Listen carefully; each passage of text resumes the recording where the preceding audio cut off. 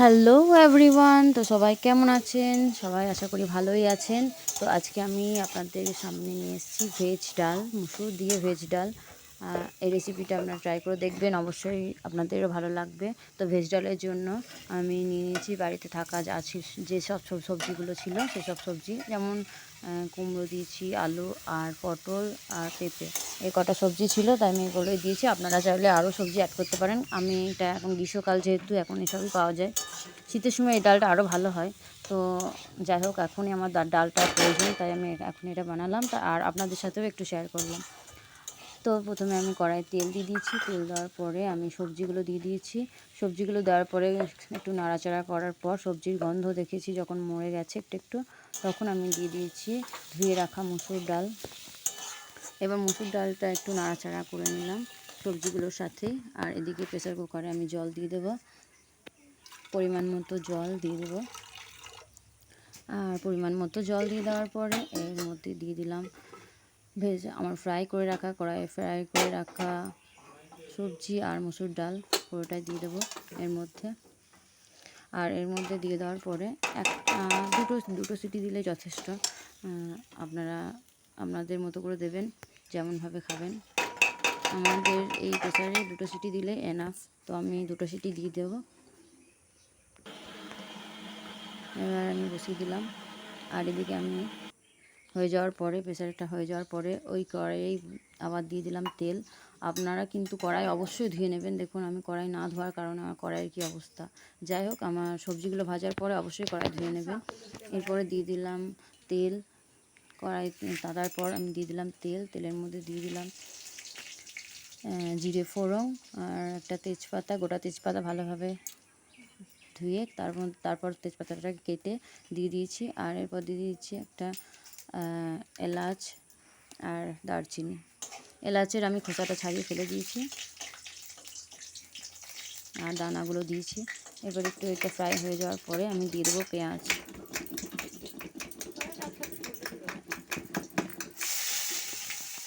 দিয়ে দিলাম পেঁয়াজ। এবার পেঁয়াজগুলো একটু নাড়াচাড়া হবে, ফ্রাই হওয়ার অপেক্ষা। ততক্ষণে আমি এদিকে দেখে নেব যে আমার মসুর ডালটা কতটা পরিমাণে সিদ্ধ হয়েছে। তো আমি প্রেসারটা খুলে মসুর ডালটা দেখে নেব। অলরেডি সিটি বসে গেছে।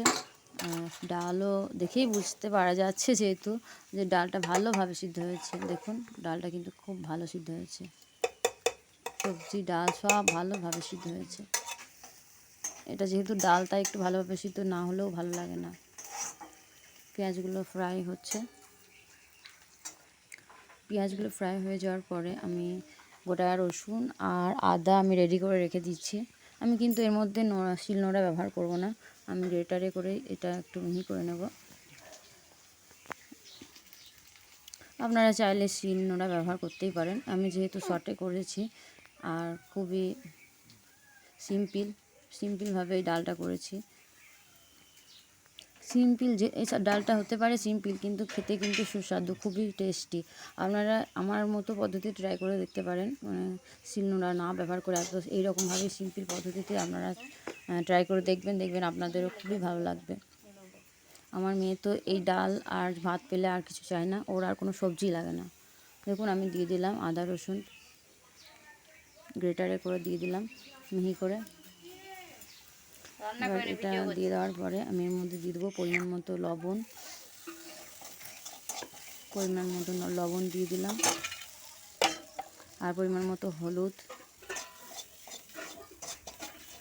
এটা দেখেছেন তো একটুকু সেরকমভাবে যে রিচ কিছু দিয়েছি মশলার পরিমাণ বুঝতেই পারছেন। আমি কিন্তু এখনও পর্যন্ত কোনো জিরে গুঁড়ো দিই না, আমি দেবও না জিরে গুঁড়ো বা ধনে গুঁড়ো। আমি শুধু আদা রসুন একটু গ্রেটারে করে দিয়ে দিলাম আর একটু পেঁয়াজ দিয়েছি, আর সেরকমভাবে কিন্তু কিছুই দিই নাই। আর ফোড়নে কেবল গরম মশলা দিলাম। তো এটা বাচ্চাদের জন্য খুবই হেলদিও বটে, যেহেতু তেল মশলা অল্প আছে আর খেতেও খুব টেস্ট। এটা আমার বাচ্চা তো খুবই পছন্দ করে, আপনাদের বাচ্চাও দেখবেন পছন্দ করবে। অবশ্যই তাদেরকে এরকম পদ রান্না করে দেবেন। এবার ওটা নাড়ার পরে আমি এবার পরিমাণ মতো একটু চিনি দিয়ে দেবো। চিনি আমি দিয়ে দিয়েছি আগে একটু, তখন আমার ক্যামেরা অন করা ছিল না। যাই হোক, আমি সামান্য আরেকটু লাগবে চিনি, তো আরেকটু চিনি দিয়ে দেবো। এই দেখুন চিনি আমি দিয়ে দিয়েছি, তবুও আমি আপনাদেরকে দেখানোর জন্য আরেকটু চিনি দিয়ে দিলাম। এবার দিয়ে দেওয়ার পরে আমি আরেকবার নেড়ে নেবো।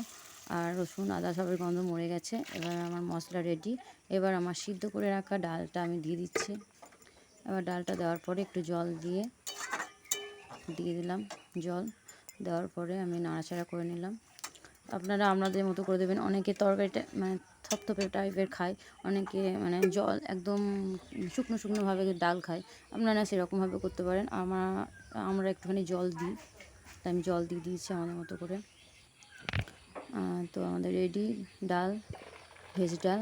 ভালো লাগলে অবশ্যই লাইক, কমেন্ট, শেয়ার